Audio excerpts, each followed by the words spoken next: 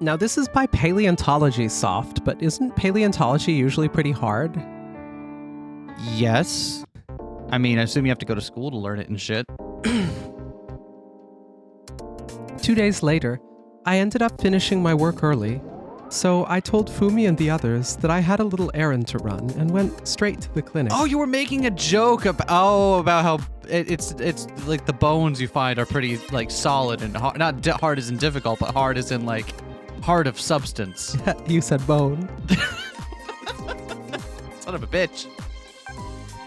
Upon telling Nagasaki about it, she asked me if everything was okay with work, adding that it must be a hassle to jump through all those hoops. Yeah, remember she even took on an extra job they couldn't do because she thought Takako was there to cover it.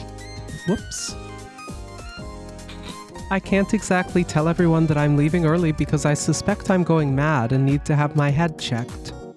Well, I understand your circumstances. It's pretty common in this field. I'd also prefer to keep this from my regular clients.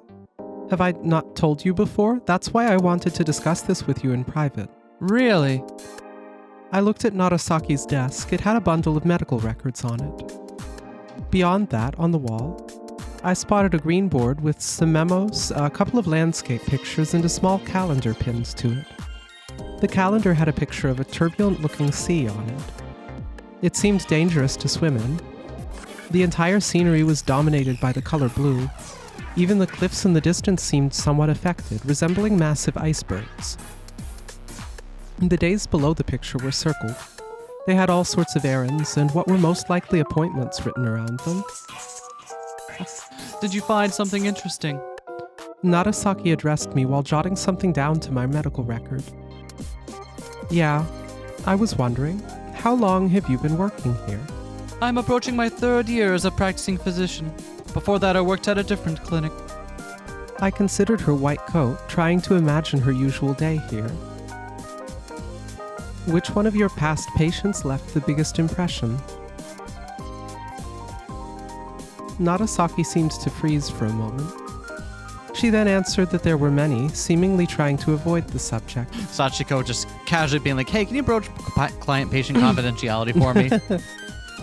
Realizing that it was probably a thoughtless question, I decided not to prod further. I shifted my gaze from Nagasaki and looked around the consultation room. All kinds of bottles with English labels lined the medicine shelf, neatly locked behind its glass door. As I absent-mindedly gazed at the grated beaker, I realized that it went out of focus, with all the little blue lines on it blurring together. I rubbed my right eye. You seem tired. I pulled a late shift yesterday. I fucking hate it when that happens when you're tired and your eyes are just like, nope, I cannot focus on this anymore. Everything's gonna get blurry, go to bed. Yep, yeah, because it's just like, I'm sorry, you're done, you pushed it, kid. I returned my gaze to Nagasaki. She slightly turned her chair toward me. Are you getting enough sleep lately? Work's a bit frantic these days. I'm handling twice my usual workload. That's not good at all. I know. The brunt of the work is already finished. All that's left is to organize everything. So you're saying the worst part is already over? Yes. Well, be careful. A vacation does little good if you only end up ruining your health through overworking. I know that. Do you have any plans to go somewhere? Not really. I see. Nagasaki took a breath and spun her pen around the thumb of her right hand. I felt as though I'd heard a cat meowing in the distance. I strained my ears, only to hear another clear meow from the direction of the small window. I imagine it's walking along the fence behind the building. I see them here sometimes. Nagasaki fell silent as I stared at the window. We remained completely silent, but no other meows followed. The window itself was similar to the kind that tends to be in bathrooms. When I thought about this room started feeling very small. You usually have people in this room that tend to say some off-kilter things, right? That's right. Nagasaki looked behind her, allowing her gaze to travel across the entire room before it finally stopped on me again. It's pretty small, isn't it? Lately, I've heard how other doctors try to make their consultation rooms look as spacious as possible and use brightly colored wallpapers to lessen the stress of the patients. It doesn't seem like you're doing that. I don't have the funds. Besides, this place is small, but it feels kind of isolated from the rest of the building, right? I feel it might help some patients to relax and talk instead. I think I like it this way too. I'm glad to hear that. Nagasaki made a satisfied smile. Did you take those pictures? No, I just stuck on a bunch of photos I liked. That right there is the blue oh. That's the Blue Grotto. Oh, I didn't even know that. You seem well informed. I've been to it. We went to all sorts of places with Takako. Such as? That seemed to pique Narasaki's interest. It felt more like I was chatting with a friend at a cafe rather than having an actual medical examination or anything of the sort. Nagasaki kept asking questions about my past, from my club activities at school to all the trips I had over the years. I told her everything I could remember, trying to be as brief and on point as possible. Nagasaki wrote everything down, her white coat swaying as her hand danced across the pages of the white paper. She would also jot down some notes to my medical record once in a while. When I told Nagasaki about how Takako found a printing error on a winning candy stick, and the woman selling them had to fix it with a marker, she once again added a note to my medical record. After heaving a brief sigh, I took a sip of the coffee to have a break from all the talking. As did the voice actor to my left. Any new problems? Oh. No, you got this. Awfully kind of you to call me a voice actor. Not just a well-meaning amateur who makes silly voices on the internet. Any new problems since our last appointment? I told her about how I saw Takako at the office after discussing vacation plans with Fumi. Nagasaki wrote something down in my medical record again. Squeezed under it, I saw a medical examination paper with all sorts of numbers printed out on it. It looked like it could have been my blood test. My blood is full of numbers. Aren't those the results of my previous examination? Nagasaki followed my gaze and, spotting the paper, gave me a nod. Did you find anything out? I wanted to know if she had come any closer to elucidating the cause. Of course I did. Nagasaki pulled the paper out and placed it on top of the medical record. For starters, it does not seem as if your condition is physical.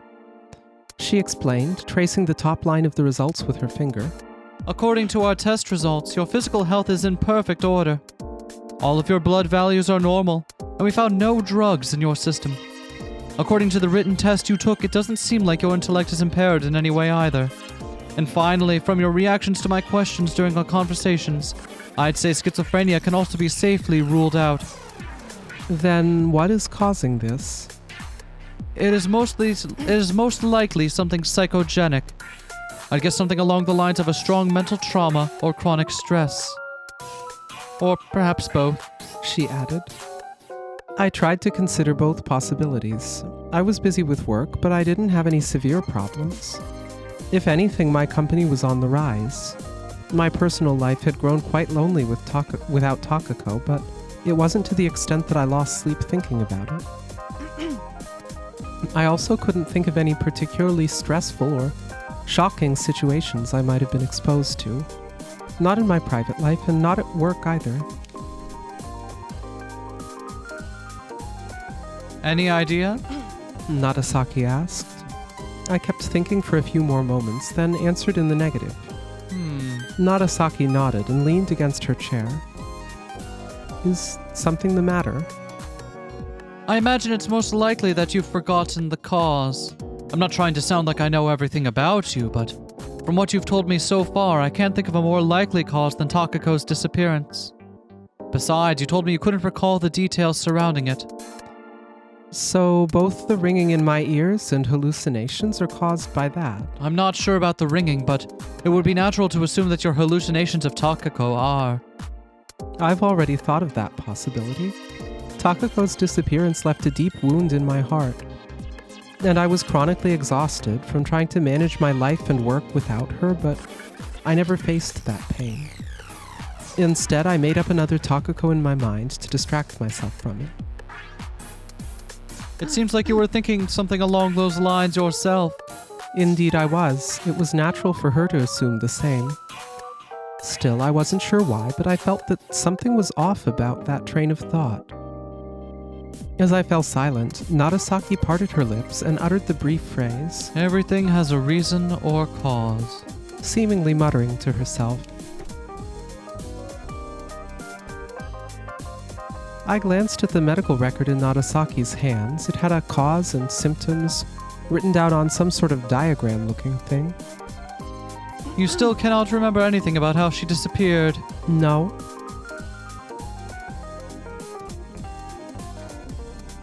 To tell you the truth, I have tried investigating reports about people who disappeared abroad over the past 2 years, but I couldn't find a single article on your friend.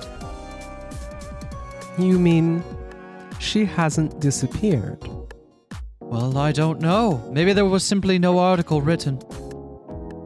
Narasaki paused.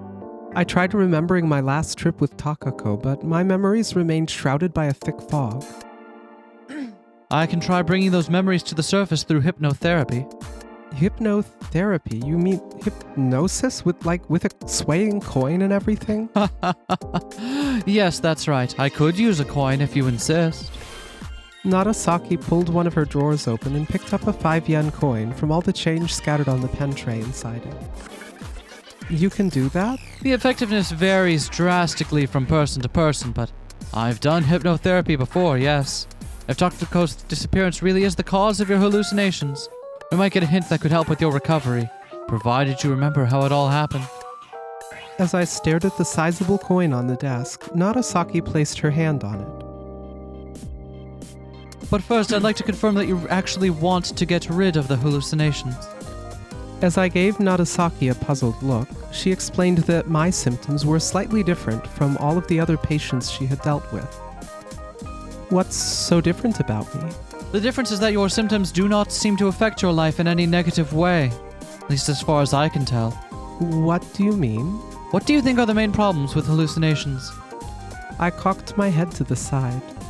For example, let us say a patient keeps seeing bugs crawling on the walls or crazed killers chasing them through the streets.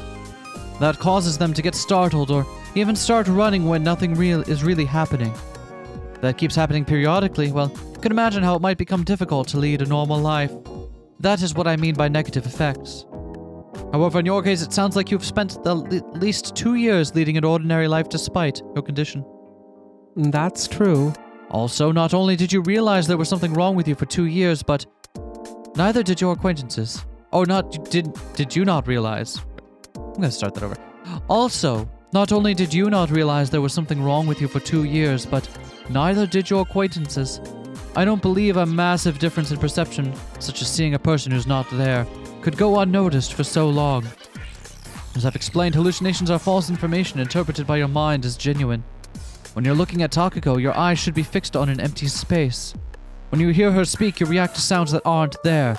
Do you think no one would have noticed that for 2 whole years? Especially when you actually have conversations with her. But we have seen a Very reaction. recently, yes. Very recently, okay. She had a point. Now that I thought about it, my 2 colleagues seemingly showed no sign of finding anything wrong with my behavior. Plus, Fumi seemed to just think it was Sachiko talking to herself for a little, just kind of muttering under her breath. So. Narasaki regarded me in silence. I realized that Narasaki had not seen me act that way either. 2 colleagues? What about Anne? What? What about Anne? Yeah, what about Anne? We haven't seen her yet either. Huh. Kind of odd. And according to her, there were no physical factors that could have caused me to act this way either. From her position, it might even be plausible that I was making all of this up. I'm not lying. I know that. I know you. And you're not the kind to make up things like that. Narasaki's expression turned somewhat more mellow. I suppose it's possible you never had any conversations with Takako when the other 2 were present. That can't be true. I have memories of all four of us talking. I may have been having conversations with her, but they certainly couldn't have. In that case, perhaps you act normally when you're in front of them, the way you would if you understood that Takako was gone. I don't know. Are you saying my memories are incorrect? Most likely. In your head, there is a delusion that Takako is still with you, and it keeps overwriting your real memories. I considered Narasaki's words for a while, with my gaze fixed on the floor. Soon enough, I heard her chair creak, which made me raise my face again. Huh. I know I said I got further in this game, but this isn't something that has come up yet, at least to the point that I got at. But I wonder if An is a greenette. Maybe what Sachiko here is remembering, or is she's projecting Takako onto Anne during those conversations. Could be. That might be it. So let me repeat myself. Are you sure that you want to get rid of those hallucinations, even though they don't seem to interfere with your normal life? She continued without waiting for my answer. For example, there are people with alleged psychic powers that can see ghosts and auras around people. From the perspective of psychiatry, that's a condition that should be looked at, but from their perspective, it's not something they necessarily want to be cured of. That's because neither of those cause severe problems during their normal lives. In a way, your situation is similar. Inside you, there seem to exist both the office without Takako that you share with your colleagues, and an alternate one with her that you keep to yourself. Besides, I couldn't find anything physically wrong with you either, so there's also the possibility that this thing might go away on its own eventually. I felt like making a sigh, but I held it in. Still, if there's anything that can help cure me, I want to try it. I'd rather not want to worry about suddenly starting to talk about things that don't make sense to my colleagues, and seeing things that no one else does kinda weirds me out. Narasaki broke our gaze as she fell in thought for a few moments, then looked back at me. Over that time, the pen in her right hand moved from between her thumb and index finger, traveling all the way to her pinky in wide arcs. Then it returned to its former position the same way, almost like someone had rewound a tape. I'm so jealous of people who can pen spin. Yeah, I never figured out how to do that. I spent ages trying to figure out how to do it. The whole time, all the way up through at least the end of high school, I couldn't possibly concentrate unless I was fidgeting with something at all times. And it was usually the pen, because I always had a pen. But I couldn't spin the pen, so I would constantly drop it on the floor and upset my teachers, or click it and annoy people, or chew on it and people would look at me funny, or like take it apart on my desk and then be unable to write with it. And I wanted to spin it. I just wanted to spin it, but I couldn't. Anyway. Well, it's not like everyone sees the same things anyway. I furrowed my brows, unable to understand what Narasaki meant. When I was a kid, I told a friend that a flower she drew in arts in class had weird colors, but my friend thought those colors were beautiful. Her flower mainly used rich colors like red, blue, and purple, but for whatever reason, she used achromatic colors like brown and gray to color a few parts of it. That honestly looked pretty creepy to me. To my friend, who likely possessed a different interpretation of colors, it looked very charming. I'm not gonna do the is my green your green thought experiment because we're both out of high school now, but I want you to know that it was implied. Narasaki looked around and pointed at a decorative strawberry on her table. For example, we can... Never mind, we're doing it. For example, we can both agree that this strawberry is red. However, there's no way to tell if the reds you and I see are the same. I genuinely didn't remember they were gonna... There's no way to express such a difference in words, and it causes no misunderstandings either. Well, if it doesn't cause any difference in words and causes no misunderstandings, then perhaps that makes it the same red in itself. That's a great way of thinking about it. However, have you heard of the colors green and blue? I think you're losing me. Oh, really? People know what that is, right? How, like, there is a actual cultural difference in, like, what people will perceive as green or blue. You know what that is, right? I remember something about differing color word things. I returned home, took a shower, and ate yesterday's potato salad leftovers for dinner. Then I slumped down into the sofa and began watching TV. The news commentator kept babbling on about unrelated things instead of introducing the actual news.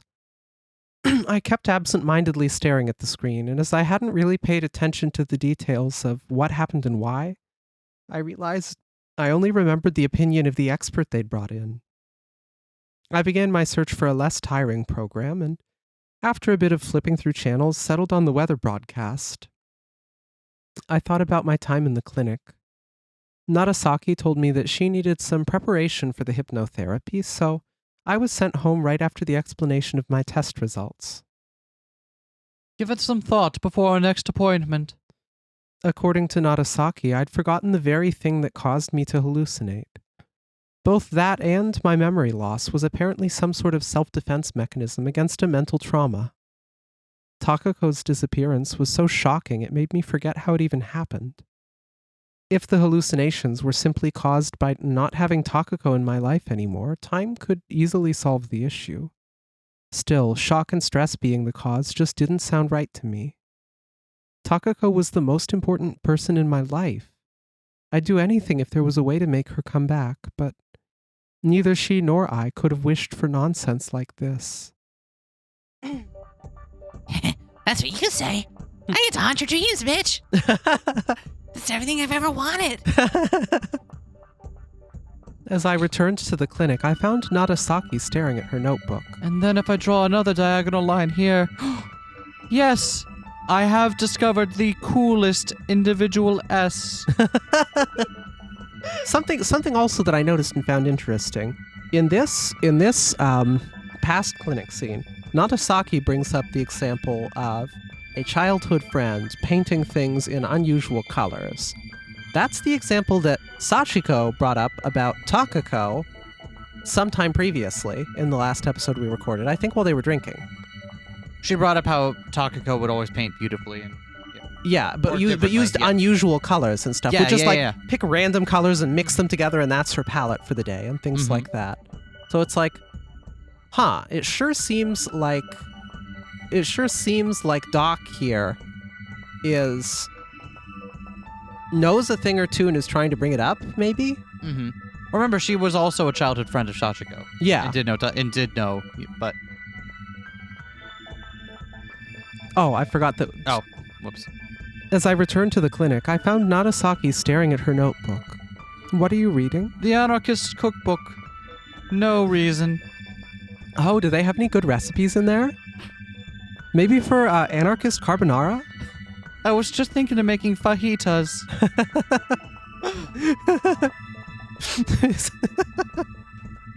Sweet. No gods, no masters. Yes to plenty of cayenne pepper. She gave me a glance and said, It is a record of some of my old patients. Which happen to include Takako. Oh!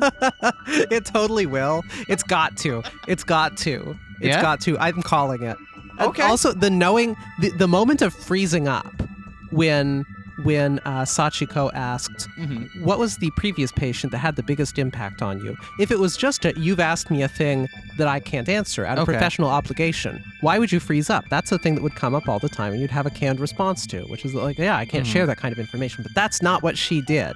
She froze up for a moment and was like, anyway. As I sat down, Narasaki closed her notebook and stuffed it into a drawer. You said my hallucinations were special, but how do people normally start seeing them? Narasaki answered with an aloof, Many hypotheses exist that pertain to hallucinations, but there's still a lot that we do not know. The most accepted one is the dopamine hypothesis. Your nervous cells secrete too much dopamine in the synapses, and it makes the electrical impulses in your brain go haywire, showing you hallucinations. There's another hypothesis that hallucinations occur when your self-awareness drops. When you wake up in the morning, sometimes there's a short period when you don't remember who you are, correct? It is something like that, basically. The hypothesis states that you lose the ability to differentiate between things happening in reality and things happening inside your head. Well, those are the most common cases anyway. How do you treat them? In both cases, you have to do away with the cause first. There are many things that can cause dopamine excess, but in most cases it's induced by drugs. Most of the time we can take care of that simply by taking medicine with dopamine antagonists. As for the drop of self-awareness, it is usually the result of stress after a strong mental trauma. In that case, you first have to elucidate the concrete cause and solve it for the patient. It sounds pretty complicated. Oh, you know me. Don't worry about it. Your case is different, and besides, you can leave all the complicated stuff to me. Nagasaki gave me a smile. It's a very cool S, though. I wonder if determining the cause will also make my hallucinations disappear. Everything has a cause and a reason. We'll start from clarifying those. This is just like C++, the other game with C in the name. You have to figure out the matter and the motive. Yep. And then you can control the spirit. Oh, that was a terrible game. Everything had a reason. It was something I heard Nagasaki say before. Actually, I think I'd heard her say something along those lines multiple times. And I agreed with the idea. I think my symptoms have a reason too. I told Nagasaki what I'd been thinking about since last night. I think I've mistaken the date of Takako's disappearance to make sense of why they'd both be in the office at the same time. That has to be it. But I'm still not sure why my hallucinations happen in the first place. Even if her disappearance was an incredible shock to me, I doubt I'd want to deceive myself just so I wouldn't have to face it. I just wouldn't do something like that, so I want to remember what really happened and figure this thing out properly. Nagasaki nodded. You might end up remembering something unpleasant, though. I tried imagining what it could possibly be, but nothing came to mind. Putting that aside, though, I was more scared of living my life seeing things that weren't real. If it's related to Takako, I can't allow myself to just forget it. Circle wipe. Nagasaki picked up the 5-yen coin from the desk. Are you really going to use that? Nagasaki made a silent smile as she attached a piece of string to the coin. I'll use hypnosis to bring out memories from your subconsciousness to the surface. However, there's no guarantee that they'll be real memories. There were cases when a hypnotized patient started talking about being kidnapped by aliens or their memories from the previous life. The brain has a hard time differentiating between real memories and illusions. So if something like that happens, what are we going to do? I'll ask you questions, then I'll try my best to lead you to the answers we need while you're in an unconscious state. So it's all up to you, basically? That's right. Don't worry, I'm actually pretty good at this. Are you ready? I am. I sat down into a cozy armchair, almost lying down. Nagasaki came closer and told me to relax. Now close your eyes and begin to relax. As I count back from 10 to 1, you will find yourself falling deeper and deeper into an almost peaceful state of I forget how that goes. Can't believe I forgot that. Then she told me to watch the coin. As it started to slowly sway, she began to talk. Try remembering that trip. I focused my thoughts on the last trip I had with Takako. A street paved with stones, brick buildings around me. Takako and I are walking together. A street paved with stones, brick buildings around me. Takako and I are walking together. I felt the nostalgic scent of a town I visited a long, long time ago.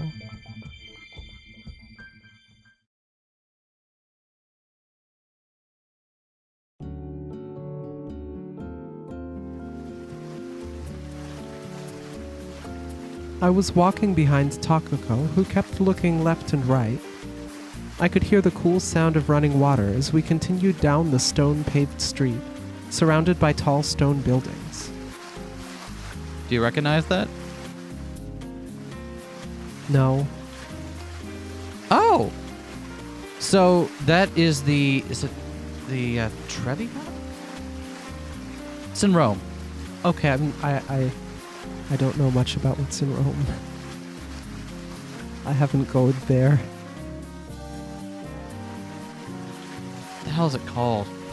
It is the Trevi Fountain. I was right. Yeah. This is. Yeah, that's it. Yep. I was gonna say when I was playing this originally, I recognized this immediately because I went there in high school, which was a great opportunity. It's pretty distinctive. I went to Greece instead. Nice. It was cool. You're cool.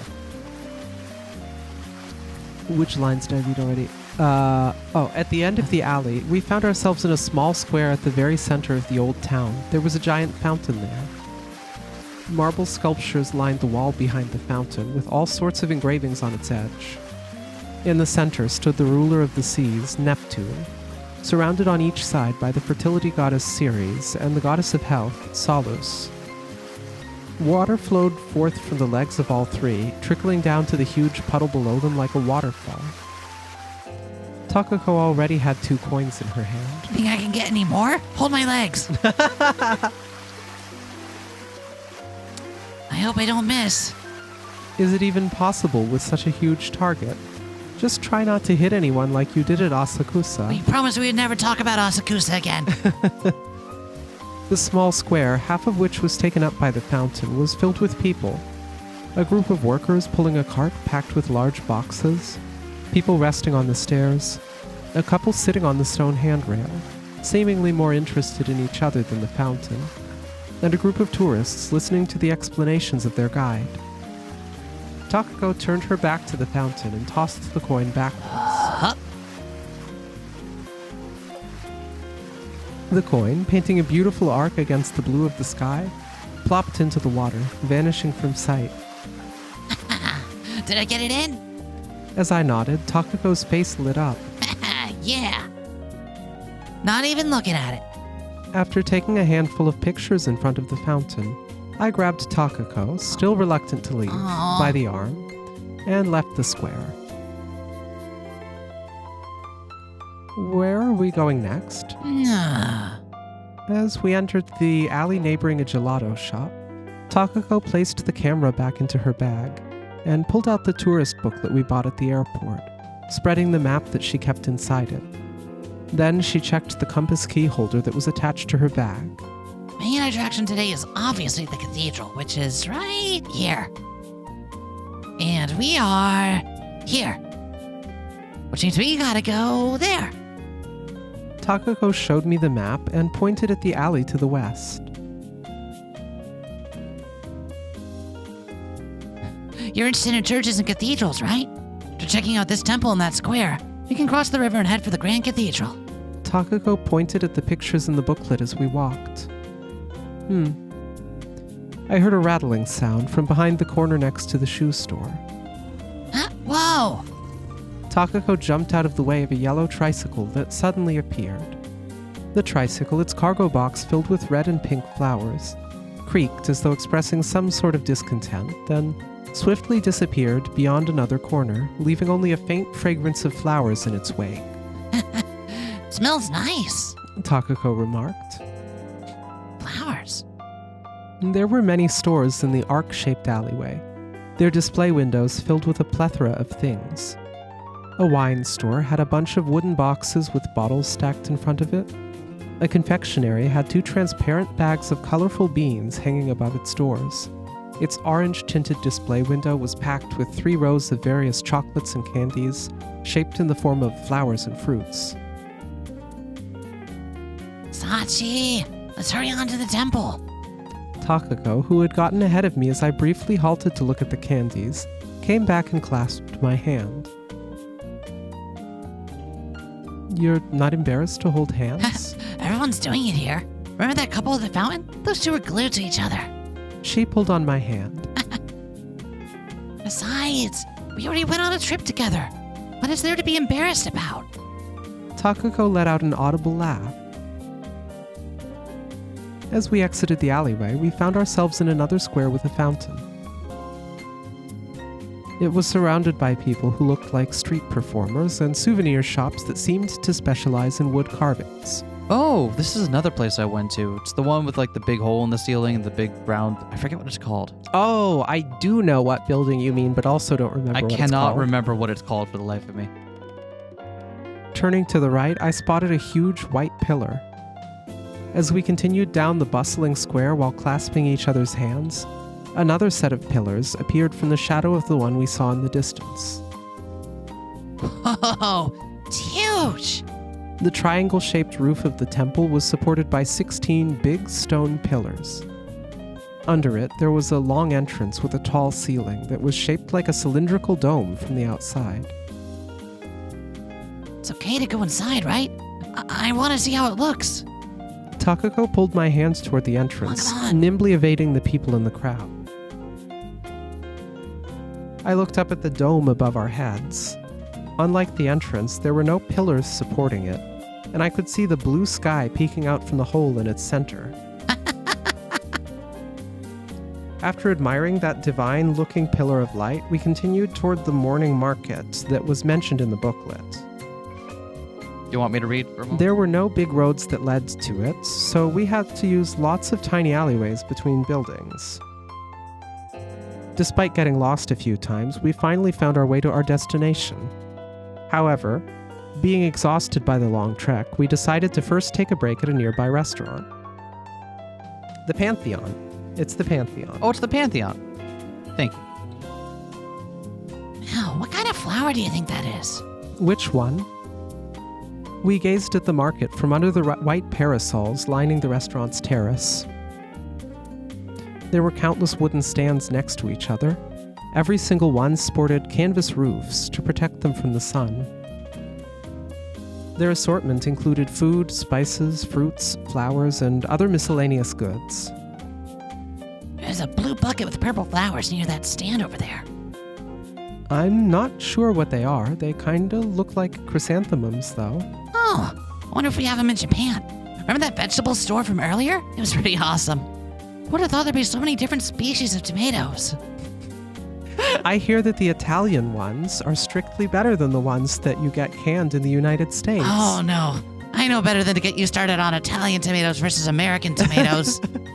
I apologize. I watched a YouTube video about this. YouTube, what's that? I know, right?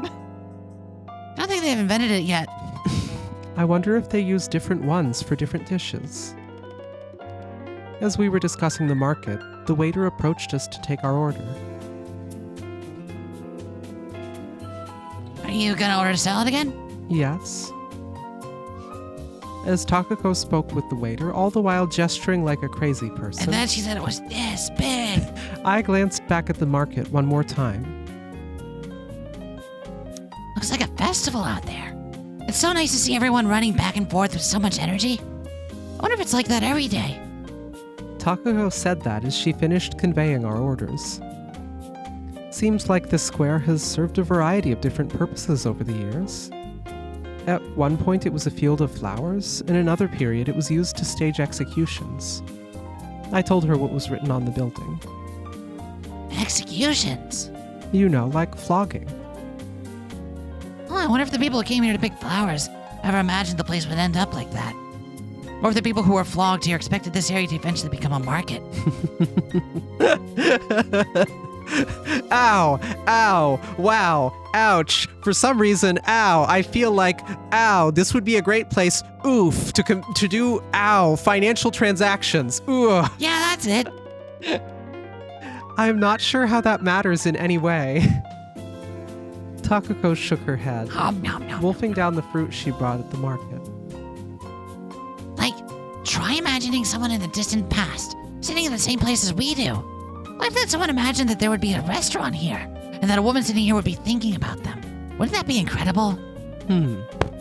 It would have been pretty miraculous for them to imagine that some Asian girl would one day be bringing it up to her girlfriend while chewing on fruits. I'm willing to bet it's about as likely as the birth of another universe or something. Well, you know, it only takes 2 people to create a universe. That's quite convenient. That's what I read. Really? Or rather, even less likely than that. Ah, Takako stuffed a piece of orange in her mouth and closed her eyes. all right. Now I'm thinking about 2 homosexual aliens from Jupiter having a picnic right here after the fall of humanity. And thinking about 2 Asian women eating fruits in a restaurant in the very same place while they themselves snack on seaweed-filled rice balls. If you skipped the homosexual bit in the rice balls, you might even be right. Ah, you think it'd be as likely as the birth of a new universe? That would be nice. I need some rice balls. Sure, I hope someone built a temple for us too if that happens. Yeah, right. I think the possibility of the current gods punishing you for these ideas is a lot higher, actually. Ba-da-ba-la. I just realized it's not going to be in sync with the music. Oh. We stopped in front of a panini sandwich cart that stood on the middle of a stone bridge across the river. It resembled a giant opened-up umbrella with gelato, soft drinks, and all sorts of snacks lined up under it. We bought some panini and drinks and continued down the road. Oh. Still can't get used to how cheap everything is here. Takako remarked as she gobbled down her panini. Her sandwich was shaped like a cream puff with cheese, prosciutto ham, and rucola herbs. Unable to watch Takako try and fail to fit it into her mouth, the store clerk helped her crush the thing into a smaller size. You want a taste? Noticing my stare, Takako offered a bite of her sandwich. I nodded and helped myself to a small portion. The bread had just the right amount of crispiness to it, while the savory smell coming from inside it, combined with the taste of ham and cheese, resulted in a truly mouth-watering culinary experience. Kinda surprised you can get something this good at that price. The restaurant we had lunch at was pretty cheap too. I wonder if it's their economy. Oh shit, that was probably me. Oh well. I wonder if it's their economy. Could be. I answered her as I wolfed the food down. Then I took a sip of the Coke we bought at the same store. We could save money, quit our jobs in Japan, and move here. Takako crossed the river and entered another alleyway. That's one plan for the far future. Then maybe we should move here earlier and run a shop together. Like the one we just been to. You mean a cart? Yeah, they have flower carts in San Francisco too. Yeah, you see them a lot overseas. This is just cheaper than renting out an actual building, huh? I wonder what they do on days with bad weather. With no air conditioning, I doubt business is booming during winter. On top of that, if the wheels of the carts get damaged or something, you can't sell anything until you get them fixed. Yeah, that's true. Wonder how they profit. There's no way to know unless we have the data, but given the amount of them in this town, it can't be that bad. I imagine you can insure the cart too. I see. If you're so curious, how about asking them directly? I pointed at another cart shop at the road by the river. It seemed to be dealing in women's apparel and had all sorts of clothing hung up that blocked the view. Still, I could at least spot a female customer talking with a gray-haired, middle-aged clerk. Takako looked at the cart for a while before turning back to me. It'd be cool to travel around the world selling your things, but I'd rather have a proper store so I can design it the way I want. I'm sure that bothers you more than profits. Of course it does. In either case, we'd have to study the native language here. Yep, let's do it together, just like we did with English. I wonder if they have any movies in this language. I'm sure they do. The sun peeked out from between the buildings surrounding the alley, making Takako narrow her eyes. The edges of the brown-colored roofs cast many uneven shadows on the road. Ah, that arch looks pretty cute. Oh. That arch looks pretty cute over there. I followed Takako's finger to see a grated window with an angel carved in the arch above it. The wall was covered by green ivy, so it gave the impression that the angel was peeking out of a forest. I wonder if some ancient artisan made it. I wonder if some ancient artisan made it. I imagine that's the case. Kinda cool to have so many old things remain in your town, don't you think? But if we moved here, we can also pretend we were living in the Middle Ages. That's all good and fine, but we should think about that after we finish off paying off our loan for a 10-story apartment complex built with reinforced concrete. These buildings look like they're made from stone. Could they be like 2,000 years old or something? Takako furrowed her brows. Maybe. What do you think of the Three Little Pigs, don't it? I like cozy wooden buildings. Would you prefer to live up north then? Apparently the northern region of this place was affected by the architecture of neighboring countries, so they've got a lot of wooden buildings up there. It's written in the booklet. Here. She pointed at the picture of some mountain village. Then you can make homemade panini for me. Sure, but you're making the ham. What? The ham's gotta be homemade too? Takako shrugged. We continued down the road, our shoes clicking against the mosaic-laden pavement. It's that roof right there, right? Should be, but it doesn't feel like we're getting any closer. We could see the bluish roof of the grand cathedral towering above the other buildings in the distance. Long houses with no gaps in between them littered the streets, which made it impossible to take a straight path to any one direction. It felt like we kept wandering around in circles for the last 30 minutes without ever getting closer to that roof at all. We lost sight of the roof completely after a bunch of buildings with brown roofs blocked it from view. Siesta time must have begun, considering there were only a few people wandering the streets. The rest were probably taking a break or napping. As I was examining a window with sturdy-looking Venetian shutters, a tourist carriage pulled by a horse passed by us. I'll go ask. Wait here. Takako darted after the carriage, Hey! Hey! disappearing into one of the small alleys. I want to pet your horse. I hurried after her, but by the time I turned the corner, neither Takako nor the carriage were anywhere in sight. I bet she got lost like a dunce. After checking my watch and realizing that it had been 5 minutes since Takako disappeared, I decided there was no point waiting any longer. I continued down the coiling stone road, using the roof of the Grand Cathedral as my landmark.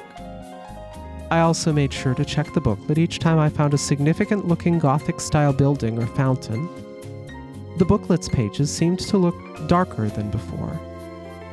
I looked up and saw that the sun had moved to an angle where the buildings surrounding me almost completely blocked it from sight.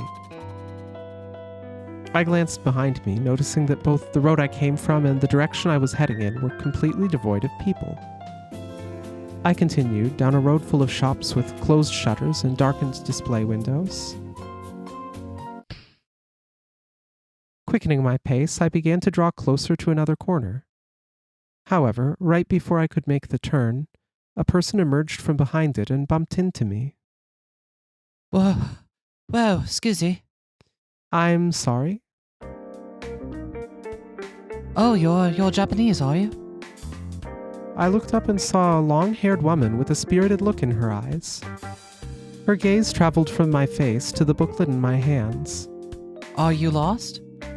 She asked. These back streets are full of twisty turns and dead ends. It's kind of easy to get lost. I can show you the way out if you'd like. She gave me a friendly look. After I accepted her offer, she introduced herself as Fujisaka Nanai.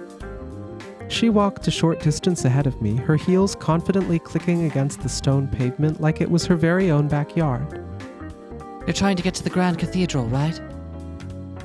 She's probably heading that way too. What if you can't find her there? I'll go back to the hotel. That's probably for the best, yeah. Thanks. You're a lifesaver. Hey, don't sweat it. Even I was getting a bit anxious walking around on my own. I couldn't spot much anxiety in the confident smile she gave me. Most of the stores and government offices close around this time, and the place turns into a sort of ghost town. In exchange, they stay up late and get up early. Being from Japan, I still don't quite get how their economy can function like that. Fujisaka kept bringing up all sorts of subjects, most likely trying to find something that would help incite a conversation. Suppose the siesta system won't stay around if it starts seriously hindering their economy, though. Yeah, and then all the Japanese will be shocked to hear that on the news. That it was a thing to begin with, right? Yeah, exactly. Huh. I kept answering the questions she brought up as we walked. I myself tried asking a thing or two. Fujisaka came from the Kansai region and was a year older than me. You were in kindergarten together. That is pretty incredible. Is it? Don't you have anyone like that, Ms. Fujisaka? I was brought up in a mountain town while in the middle of nowhere. I had a few friends like that until middle school, but they all eventually left to live in the cities. Can't blame them for wanting to get out. Fujisaka spoke as she continued to lead me ahead. What do you do for a living, Miss Mizuno? I run a design company. Only founded it recently, though. Oh, really? You've got your own company? That's pretty incredible. What exactly do design companies do, anyway? We design logos for other companies, advertisement posters, packages for all sorts of goods, and so on. We deal in anything as long as it falls under designing and doesn't exceed what our capabilities allow for. Oh, did you come here for a commission as well? Not really, I just like traveling. I see. Are you also traveling, Ms. Fujisaka? You seem to be used to this area. No, not quite. I came here to buy furniture. You know, like couches, tables, and so on. Do you run a furniture store? Mm-mm. Fujisaka shook her head without looking back at me. No, I run an inn back home. It's a Western mansion that's been around since before the war, so a lot of our things are old and need to be replaced. Let's say we can't afford to replace everything with expensive modern furniture, so I come here once in a while looking for materials to fix some of our old stuff, plus cheaper replacements for the things that are too old to do anything about. Can't you buy those in Japan? You can, but it's expensive. Besides, I also like traveling. Fujisaka, who was slightly taller than me, shot a brief glance my way and continued walking forward. Where's this town of yours in Kansai exactly? Oh, it's in Hyogo. Want to come visit us sometime? It's an ancient place, but you seem like the type who likes that kind of stuff. Yes, it sounds pretty interesting. Fujisaka pulled out a notebook from her jeans pocket and wrote down her address and contact information. I don't have a business card. Maybe it's about time I made one. She tore out a page from her notebook and handed it to me. In that case, I might visit you during one of my business trips. We continued down a street decorated with flower reliefs and, after passing through another narrow alleyway, found ourselves in front of a huge cathedral. Is that the Vatican? Maybe. I'd believe it. It looks like yeah. Here we are. The silence that followed us through the long alleyways was instantly dispelled by the clamor of the tourists. This was by far the biggest square I'd seen today, made even more overwhelming by the grand cathedral looming above it. This is the Central Park, said Fujisaka. A sun clock towered in the center of the stone-paved square, with a set of tall stone pillars surrounding it in a cylindrical arrangement. Yeah, that does. I wonder if your friend is here.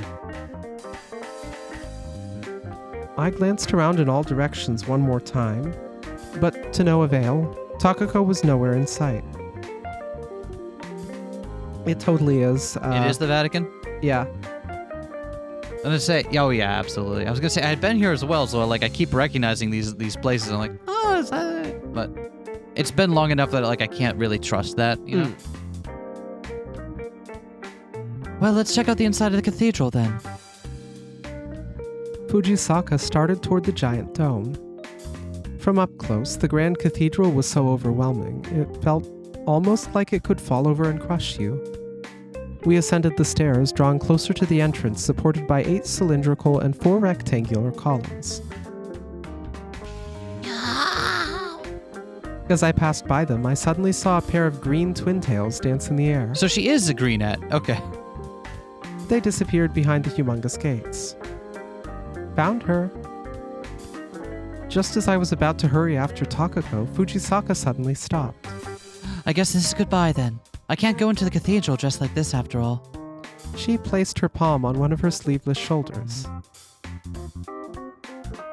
I'd like to thank you somehow later. You're only going to end up having to go through another adventure to find me. Other than that, I think you should just enjoy the rest of your trip with your friend. Thank you very much. I don't know what I would have done without you. No prob. Anyway, you should probably hurry. I thanked Fujisaka and passed through the gates in pursuit of Takako. What do you mean you don't have Mario Kart here? I took a quick glance back and saw Fujisaka waving me goodbye. If that temple we saw earlier followed a simple is best kind of philosophy, then this one seemed closer to gorgeous is best. Various colorful and fantastical pictures decorated the walls. Everything from the pillars to even the handrails had some sort of carving on them. The pillar of light descending from the ceiling illuminated both the statues of angels as well as the painting of heaven on the walls. Not letting my eyes linger on one spot for too long, I looked around for Takako, finally spotting her ascending the stairs under the huge tectorium. That's a that's a nice $10 word for you. Tectorium? I've never heard it before. Yeah, I don't know what that means. I followed after her, making my way up the spiral staircase. Means a covering, the tectoral membrane that covers the... Oh, that doesn't sound right. That sounds like something else. Or just a covering, I guess. Sure. I don't know. It's probably one of those old Roman words, Latin words for things that isn't really indicative of what it actually is used for, like a vomitorium. As I reached a veranda on the upper side of the tectorium, I ascended another small set of stairs leading further up. After going up another dark, spiral staircase with no windows, I suddenly had to stop and narrow my eyes at the light coming from outside. The wind blew past my ears as I reached the outside of the tectorium. Opening my eyes, I was met by the vast, rust-colored cityscape stretching before me. I looked down at the central park and the various alleyways that Fujisaka and I traversed earlier. Sachi! As I looked over that breathtaking sight, all the while struggling to hold my hair in place against the fierce wind, I heard Takako's voice from nearby. I was looking for you, Sachi. Takako, her expression colored by surprise, made her way through some people in the narrow passage and approached me. Before she could hug me, I squeezed her cheeks between my palms. Ow! And just where did you go? Kinda got disoriented after losing that carriage. And then? I saw this blue bird and started following it. Before I knew it, I was in the square. What are you, Mito? Did the sight of an ancient town make your brain leap into a fantasy world? Oh no, is this gonna turn out to be an isekai? I hear those are really overplayed. I heaved a long sigh. Not familiar with Meetle. This has come up before. Did it? First thing that comes up is The bluebird. It has to do with a bluebird. oh right, yeah. You're right. To play the bluebird. When did that come up? Because that has definitely come up before. Was it in Umineko?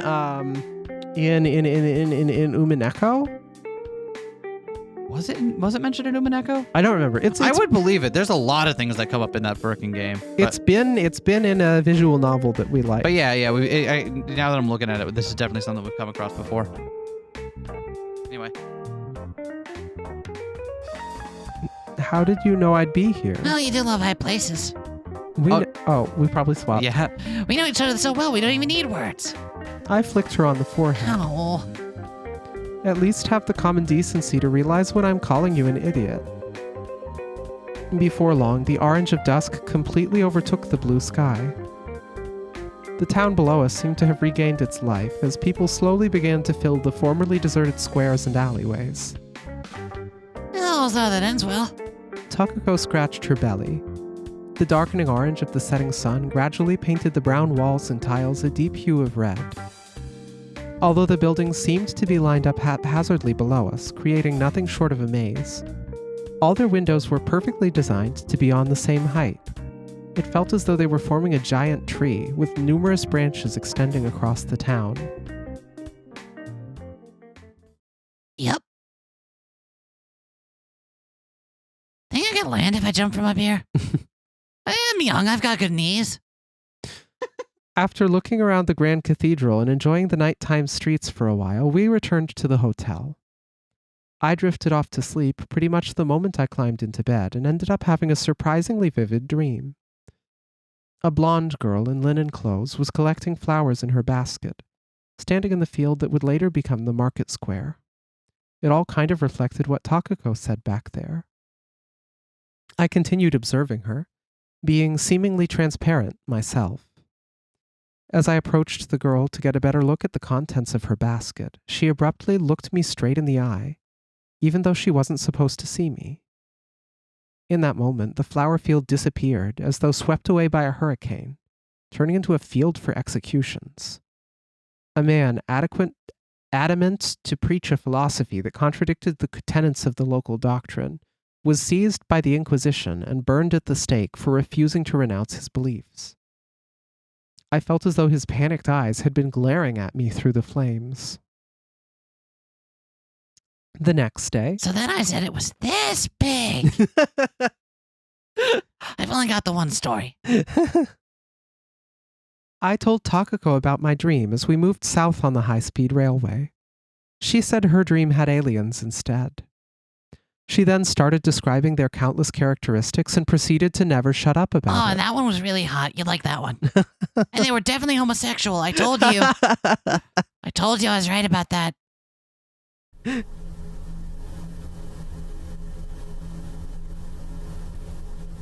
The light from outside made my eyelids flutter open. Oh, you awake? Yeah? I pulled Takako's jacket closer to my chest. She must have placed it on me while I slept. Takako, sitting next to me, was gazing at the clouds beyond the window. A massive mountain range stretched below them. We're almost home. What time is it? Yeah. As Takako was looking for the clock, the plane's speakers turned on, making an announcement in English. Takako finally pulled the clock out of her pouch. 8-ish. Have you already set it to Japanese time? Of course. I shifted my weight under the jacket and leaned against Takako's shoulder. This is before we all have cell phones that do that automatically for us. I'll take another nap, so wake me up when we're about to land. Takako reassured me that she would. The last thing I saw before drifting off to sleep was the plane ticket in her hand.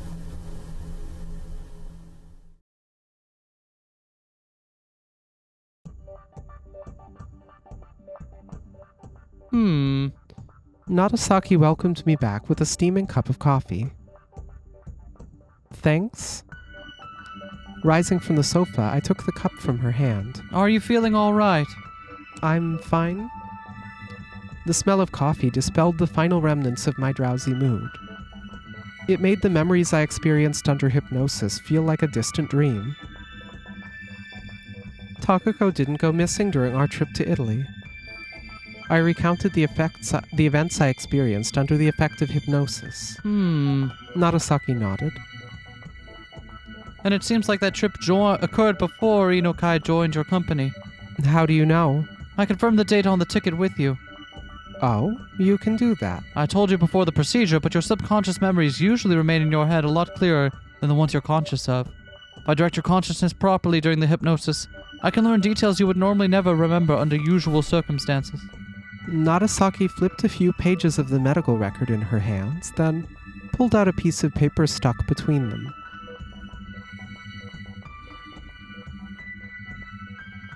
For starters, we learned that there is, after all, no proof of Takako working at the company after Inukai was hired. Well, I was the only one saying that, anyway. Nagasaki drew a line on the paper. Now there's nothing contradicting Inukai's statement. I suppose so. Nagasaki crossed out the part on the timeline where I said Takako had disappeared. But now we've got another problem. When did Takako really disappear? And why did I think I kept traveling with her even after Inukai joined the company? Exactly. I took another sip of the hot coffee. The coffee Nagasaki made was always incredibly bitter. When did Takako really disappear, and why did I think I kept traveling with her even after Inukai joined the company? I repeated the question within my still bitter mind. Why the sour face? Nagasaki smiled. It's the coffee. Well, let's call it a day. Nagasaki continued as I remained silent. It's my job to think, and you've already used your head quite a bit today. Leave the rest to me, and go take a break. Raising my face, I saw that Nagasaki wasn't planning to give me any more questions for the time being. All right.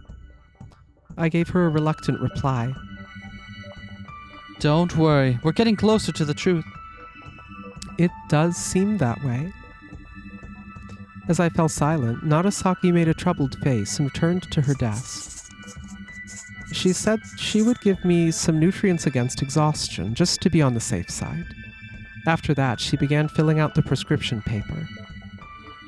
As I absent-mindedly gazed at her doing her work, I spotted a piece of string peeking from her pocket. It was the same string she used to hang the 5-yen coin earlier. It was my first time, but hypnosis sure is incredible, isn't it? I had specific clues for the scenery and date this time around, so guiding you to those memories wasn't all that difficult. What do you do when you have no clues? Nothing. It'd be equivalent to trying to look for a book whose title you don't even know in a massive library. Here you go. She handed me the prescription paper. As I asked her about the medicine, she explained that those were just nutrients to compensate for the exhaustion the procedure might have caused me. It's just a prescription for foreign, Ben. Gotta make sure you get your annual intake of foreign, Ben. I entered the drugstore to see a family sitting on the bench, most likely waiting for their medicine to be prepared. I passed by the benches and handed the prescription slip to the clerk. Thank you. Oh, that's Thank probably the you. clerk. The female clerk unfolded the paper and gave it a closer look. Do you have any allergies? No, Do you have any questions about how to use the medicine? no. I will call you when your medicine is ready. Feel free to sit down while you wait. The clerk rose from her seat and disappeared beyond the glass door, further behind the counter. I sat down on one of the benches and placed my handbag next to me. The rays of the warm afternoon sun fell on my legs through the drugstore window. The line between shadow and light quivered around the area of my knees. I moved slightly toward the shadowy area.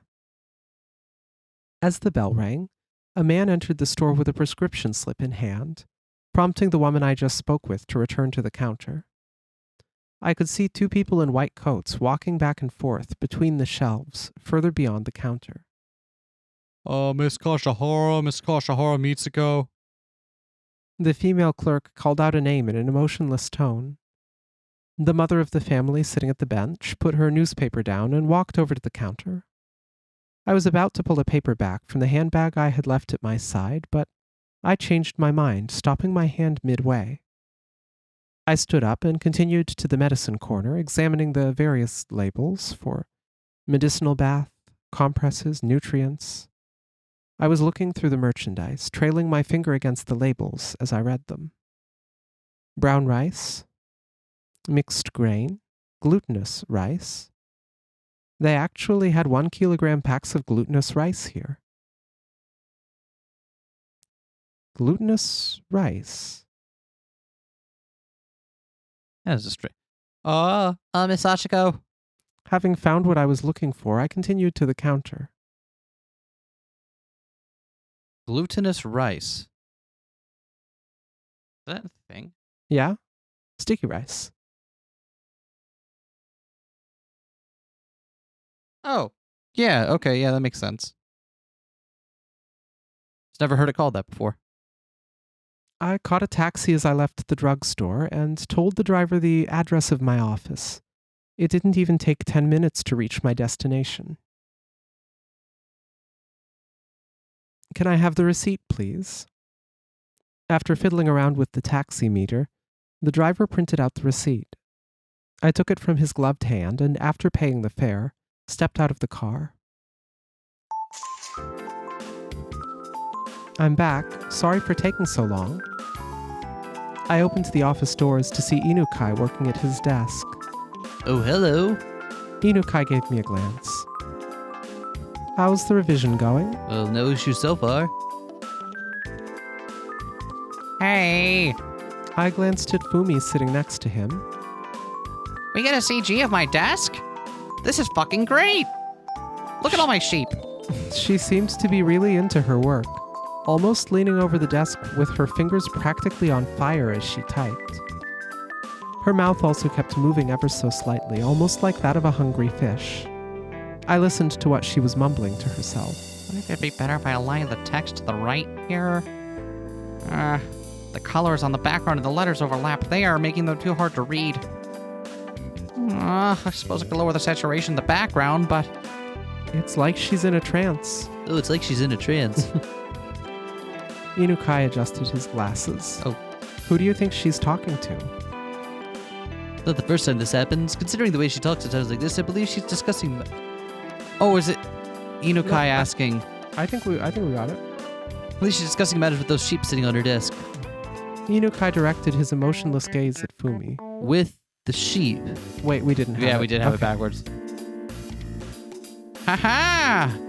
I glanced at her desk, realizing that all the sheep, from the one on the shelf wearing a tuxedo to all the normal ones around her monitor, were aligned in a way that made it seem like they were observing her work. I believe she goes over the entire process one more time, summarizing the important points by making presentations to them. Then, to avoid too much subjectivity influencing her work, she asks the sheep for opinions, improving her designs according to their feedback. I see. Fumi is prone to making careless mistakes, but she's about 30% more effective in that trance-like state of hers. I see. This has been one complicated project, so I can't exactly blame her for becoming like this. Fumi's hands suddenly froze in place as her eyes darted to Inukai. Her posture remained completely unchanged.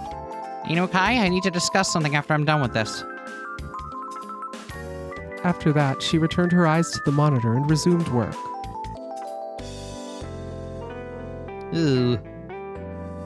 Then again, it's pretty incredible she's able to do that much in such a short time span. With those words, Inukai picked up his teacup and cleared its contents with a single gulp.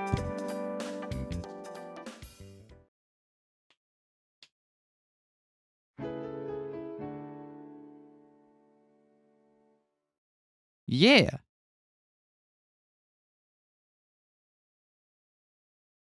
On the weekend, I spent most of the afternoon finishing up my laundry. My workload had halved compared to how things used to be, so I could now use the extra space on the veranda to hang the futon as well. As I began dusting it off, I heard the exact same sound of someone hammering on their futon in the distance. The middle-aged forecaster on TV claimed the weather would remain clear until tomorrow night. As I finished hanging my laundry, I moved to the kitchen and began preparing today's lunch. I hadn't been to the supermarket lately, so all I had in the fridge was Chinese cabbage, some poultry, and onions. I had bought a quarter cut of the cabbage, and by now only about a third of that was still left. With no eggs left, I had to give up on making oyakodon. I splashed some water and oil into the frying pan, followed by a few pieces of cabbage, onion, and poultry. As the onions began to lose their shape, I added some leftover udon I found in the freezer. I made lunch from throwing random things together, but it turned out better than expected. I ate it while watching TV.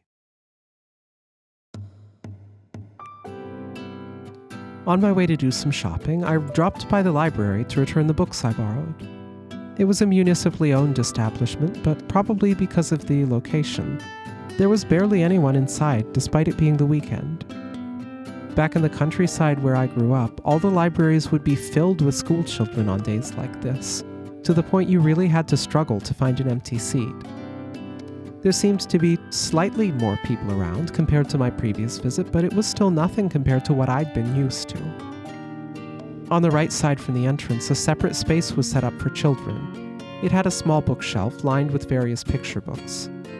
They were the same fairy tales I used to read as a child.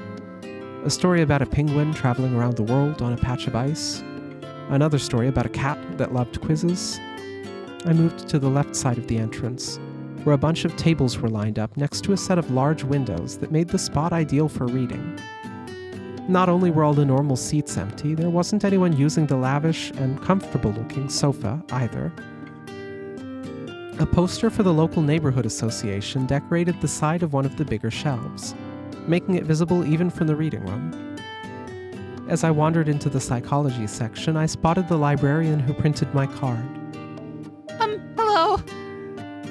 I made a bow, which, upon noticing me, she returned with a bow of her own. She seemed to be in the middle of arranging books, holding the map of the library in one hand. I was about to pass by her when she suddenly addressed me. You're the same person I made that membership card the other day, right? Did the books you borrowed prove to be of any help? I didn't expect her to call out to me like that, but after a few moments of startled silence, I answered that they did.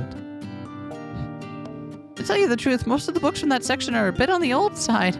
But since someone finally borrowed some of them, I could use it as an excuse to order some newer editions. After placing the books she'd been holding back to their respective ledges, she pointed at the shelf where the volumes I borrowed were originally from. It did seem like there were a few more books there than before. Judging from the titles, they were mainly focused on hypnotic therapy and the workings of the brain. Yeah. Saying that she thought I might be interested, the librarian gave me another bow and left. I spent a few minutes looking over those new books. However, no matter which one I checked, in the end, I wasn't able to focus on any of them. In the end, I left the library without borrowing anything. I ran into the librarian on my way back. As I made a curt bow, she once again returned it with her own. Thanks for coming. If you ever need to look up anything else, don't hesitate to ask. And with that, we parted ways. I don't know why I made her so anxious. It's not part of her character at all, but it's canon. But now it is. Now it's canon. Absolutely canon now.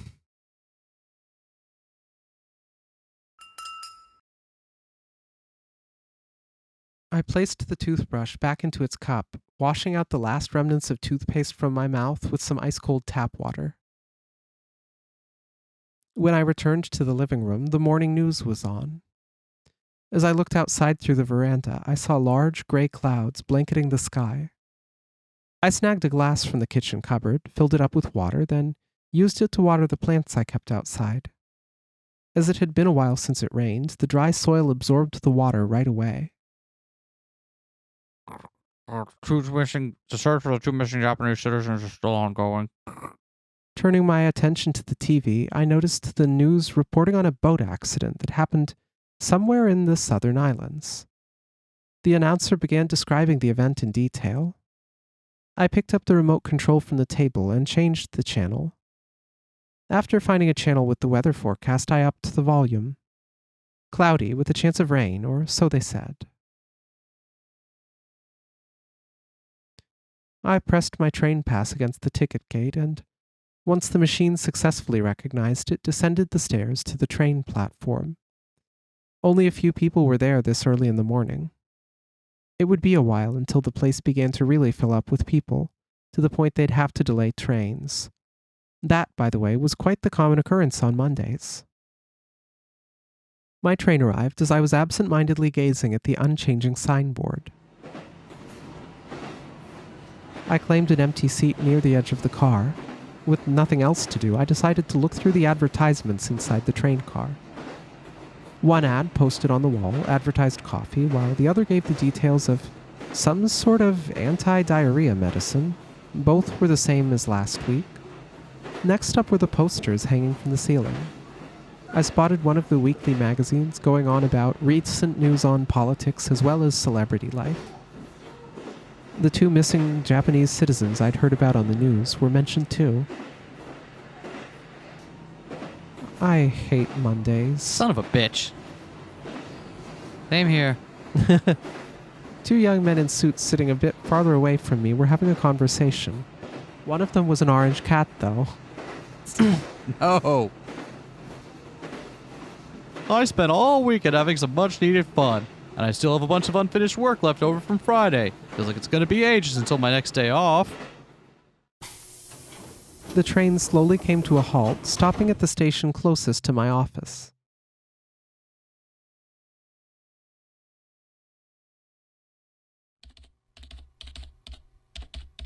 Even the neon lights beyond the window were starting to go out.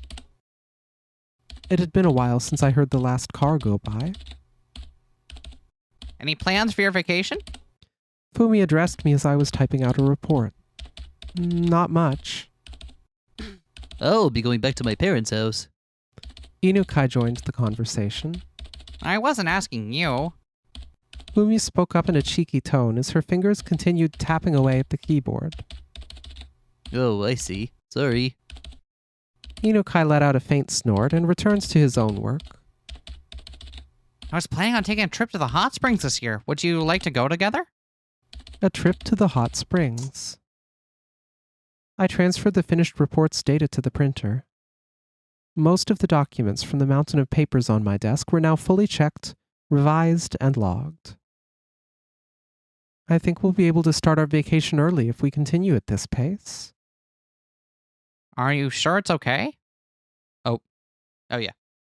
Inukai was seemingly startled by Fumi's question. We've already cleared a big. Oh, Well, we've already cleared our main goals for the end of the year.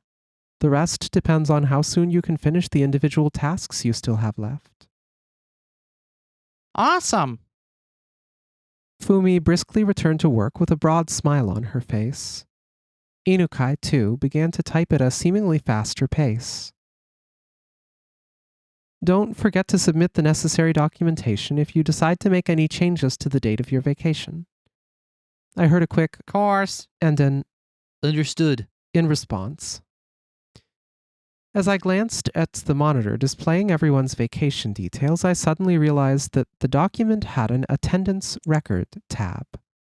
I clicked on it. Finding the entry for Mizuno Sachiko, I scrolled down to the records dating back to around a year ago. The last trip I remembered taking seemed to be the one where I combined 3 holidays and 2 days of paid leave to be able to leave for a whole week.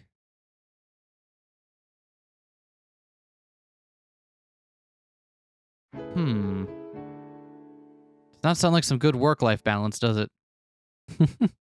Anyway, we'll have to see what happens next time. Next time? Next time. I'm enjoying this. I know it's a bit of a slow burn, but I hope you're enjoying it too. I am. Nothing wrong with a slow-burning, mysterious event. Right? What I really like about it is that it kind of throws the whole genre of like unreliable narrator with like kind of on its head by having the main character be very aware that something is wrong. Yeah. And trying to figure it out exactly as much as the player is. Mm-hmm. So it kind of shifts the level of like of discovery to like, what exactly are we supposed to be figuring out then?